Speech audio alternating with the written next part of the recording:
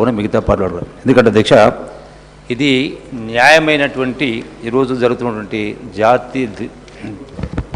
జాతీయ స్థాయిలో జరుగుతున్న ధర్నా అవుతుందో ఇది న్యాయసమ్మతమైనది. ఎందుకంటే అధ్యక్ష, ఈనాడు గాడు దశాబ్దాల కాలం నుంచి కూడా అది కార్మికులైనా కర్షకులైనా శ్రమ దోపిడీ జరుగుతూ ఉందని వాస్తవం.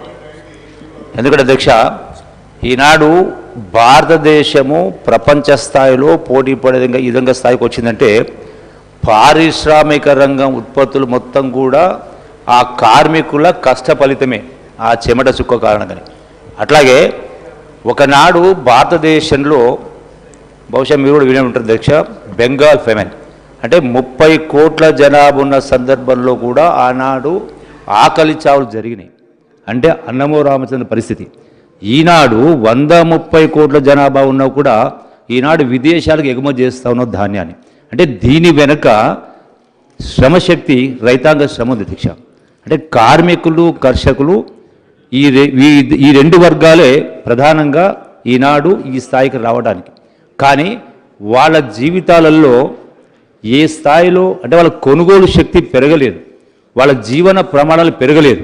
అంటే సమసమాజ స్థాపన జరగాలంటే 100% కేంద్ర ప్రభుత్వం చట్టాలను సవరించాల్సిన అవసరం ఉంది. ఈనాడు రైతాంగం కూడా ఏదైతే ఢిల్లీలో జరుగుతూ ఉందో అంటే ప్రపంచంలో కనివిని ఎరగని విధంగా ఆ రైతు చట్టాలు ఇంట్రడ్యూస్ చేసిన సందర్భంలో అంత గొప్ప అంటే సంవత్సరం పైన అంటే అన్ని కాలం అంటే వర్షానికి ఓర్చి చలికి ఓర్చి కూడా అయినా కూడా అంటే ప్రజలు అంటే సంఘటిత శక్తిని, రైతాంగ సంఘటిత శక్తిని, ఆ యొక్క సంఘటిత శక్తి ప్రదర్శించిన తర్వాత పార్లమెంటే దిగి వచ్చింది. అట్లాగే తెచ్చినాడు. నిన్ననే మా దగ్గర అచ్చంపేట దగ్గర కూడా కొంత రైతాంగం వేరుశనగకు మద్దతు ధర రాలేదని కొంత ధర్నా చేయడం జరిగింది. వాస్తవం అధ్యక్ష, ఎందుకు జరుగుతుంది అధ్యక్ష అంటే రైతాంగం పండించినటువంటి మన దేశంలో రైతాంగం పండించిన ధర రాకపోవడానికి కారణం దీనికి కేంద్ర ప్రభుత్వం నిధులు ఇవ్వాల్సిన అవసరం లేదు అధ్యక్ష. అయితే ఇంపోర్ట్ ఎక్స్పోర్ట్ పాలసీ అవుతుందో దాన్ని సరి చేస్తే డెఫినెట్గా రైతాంగం కూడా వారి యొక్క శ్రామికులైనా ఎప్పుడైతే వాళ్ళ ఆదాయం పెరుగుతుందో డెఫినెట్గా పనిచేసే కూలీలో కూడా వాళ్ళ ఆదాయం పెరుగుతుంది.